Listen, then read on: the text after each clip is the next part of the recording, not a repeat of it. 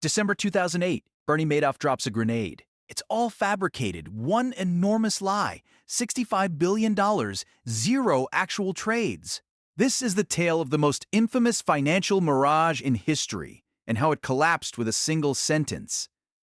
To grasp the scam, you need to grasp the man, and how he earned trust before detonating it. Before Madoff became the living symbol of whelp, goodbye retirement, he played a far scarier role, a highly respected gentleman. Bernie played the long con, wearing tailored suits and a comforting grin. In the early 1960s, he founded Bernard L. Madoff Investment Securities, LLC, with a modest $5,000. Picture it, young Bernie, clean-cut and hungry, dialing prospects and executing trades. Now here's the twist. Madoff wasn't just acting legitimate. He actually was legitimate. For decades, he ran a real brokerage with a strong reputation. He even helped pioneer electronic trading and influenced modern market infrastructure. He served as chairman of the NASDAQ 3 separate times. That's not a side hustle you get if people think you're running a Ponzi operation out of your mom's kitchen. Meanwhile, his criminal operation simmered quietly underneath. Madoff split his business into two layers. Upstairs, real trades, real employees, standard finance. Downstairs, a parallel universe of fake accounting and invented numbers. A financial mullet, business up front, Ponzi in the back. And Bernie had charm, loads of it. That calm, subtle confidence that made wealthy people feel like they'd been invited into an exclusive secret. He didn't pitch his fund. People begged to participate. Scarcity was his magic ingredient. You don't find Madoff, insiders whispered. He finds you. It felt like Financial Fight Club. Rule 1, don't ask questions. Rule 2, seriously, don't. Those lucky enough to be admitted wrote checks silently and bragged about it at the country club. His early investors believed he had Wall Street sorcery, a formula that somehow generated consistent, almost eerie profits through any market climate. Bull market, profit. Bear market, profit. Volatility? Still profit. While everyone else rode the market roller coaster, Madoff's numbers climbed like a smooth escalator to wealth. Suspicious? Absolutely. Irresistible? Even more. Wealthy clients devoured it. Hedge funds, banks, celebrities, retirees, everyone wanted access. Being in Madoff's circle wasn't just financially savvy, it was status. It said, I'm wealthy, I'm elite, and I don't ask inconvenient questions. No velvet ropes, no secret code words, just a portfolio that magically never lost. Totally normal. Nothing to see here. Please ignore the fraud-shaped elephant. The strategy, the engine of the Ponzi. The strategy sounded brilliant. The math was nonsense. Let's pop open the hood. Turns out, Madoff wasn't using advanced trading models or proprietary algorithms. His entire empire ran on the financial equivalent of, trust me, dude, it was a textbook Ponzi scheme. Not new, not innovative, just the classic take from the newcomer to pay the old-timer trick, dressed in Armani. Here's the structure. Investors handed Bernie money. Bernie promised steady 10 to 12% annual returns. Rain or shine. Investors nodded, impressed. The supposed secret sauce? A tactic called split-strike conversion. It sounded high-tech, like a Mortal Kombat move in finance form, but it was mostly jargon designed to shut people up. Reality? He didn't invest a cent. Instead of buying stocks or options, he just kept the cash. When clients wanted withdrawals, he paid them with funds from newer investors. That's the entire mechanism. But Madoff didn't stop there. He built an entire theatrical production to sustain the illusion. Investors received monthly statements full of flawless fake trades, buying low, selling high, dividends on schedule. Everything timed perfectly, like a slot machine that only produced jackpots.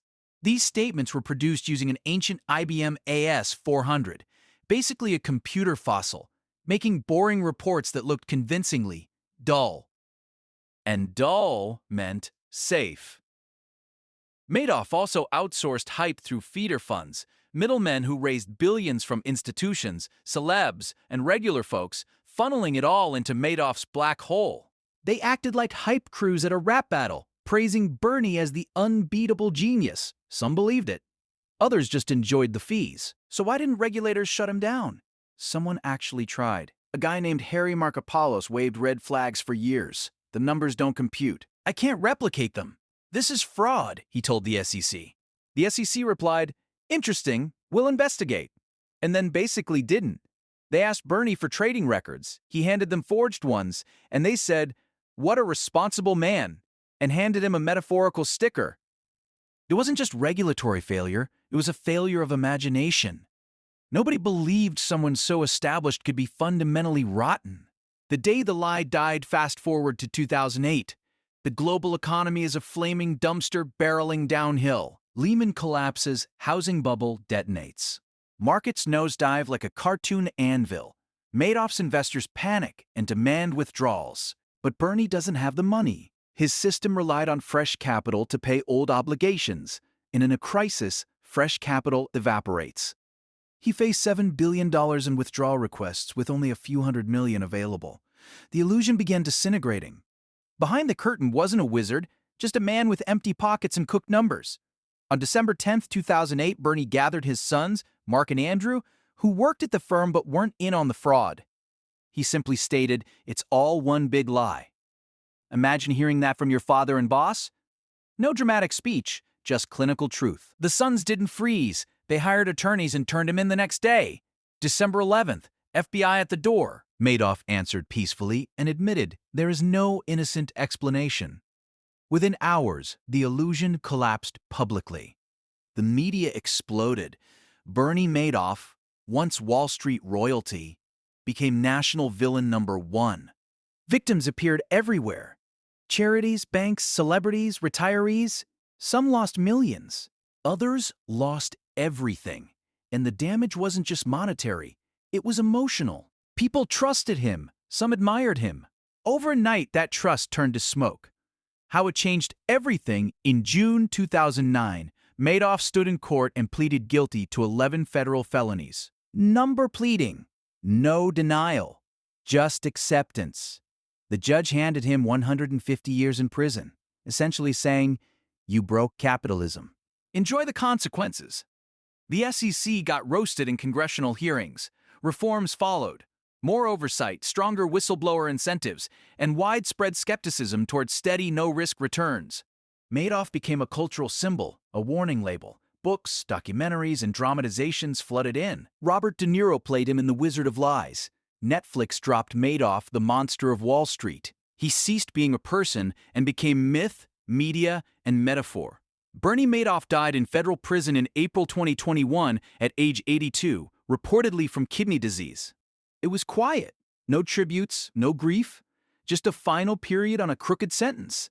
The Madoff story isn't merely about fraud, it's about trust, about how easily a polished lie can seduce intelligent people, about how dangerous the villain in a suit can be compared to the villain in the shadows. And maybe, next time someone guarantees the world with zero risk, you'll remember the man who already sold it, one lie at a time. If this story struck you as wild, chilling, and fascinating, hit like, subscribe, and toggle notifications. Next time, we'll explore another con that makes Madoff look like an amateur. And hey, share this video. You might save someone from the next too good to be true promise.